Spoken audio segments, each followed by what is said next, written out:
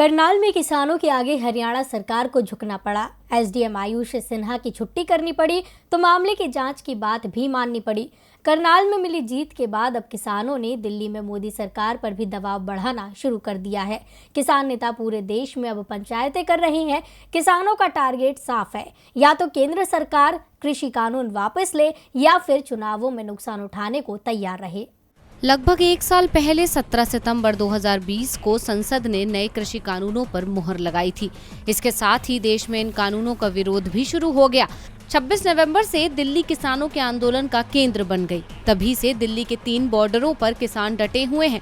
किसान कृषि कानूनों को रद्द करने की मांग पर डटे हैं तो सरकार भी अड़ गई है कि वो कानूनों को रद्द नहीं करेगी। इस बीच करनाल में भी किसानों ने सरकार के खिलाफ मोर्चा खोल दिया था। करनाल में 28 अगस्त को किसानों के शांतिपूर्ण प्रदर्शन पर पुलिस ने सख्त कार्रवाई की थी और इस कार्रवाई को लेकर एसडीएम आयुष सिन्हा का एक वीडियो सोशल मीडिया पर वायरल हो गया था। इसके बाद किसान आयुष सिन्हा पर कार्रवाई की मांग को लेकर करनाल में डट गए। 5 दिन में ही खट्टर सरकार को झुकना पड़ा।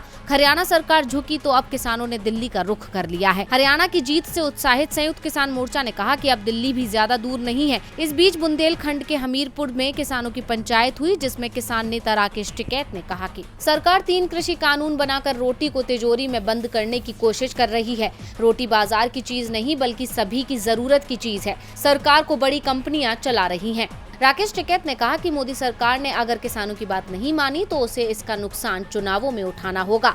विधानसभा चुनाव के मुद्दे पर उन्होंने कहा कि अभी हमने तय किया है कि किसान संगठन चुनाव नहीं लड़ेंगे।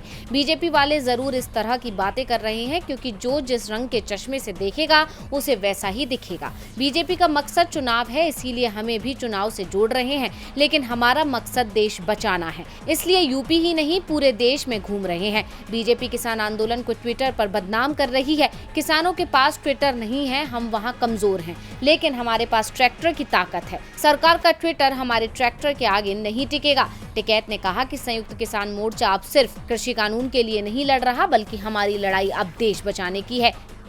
डीवी लाइव की रिपोर्ट।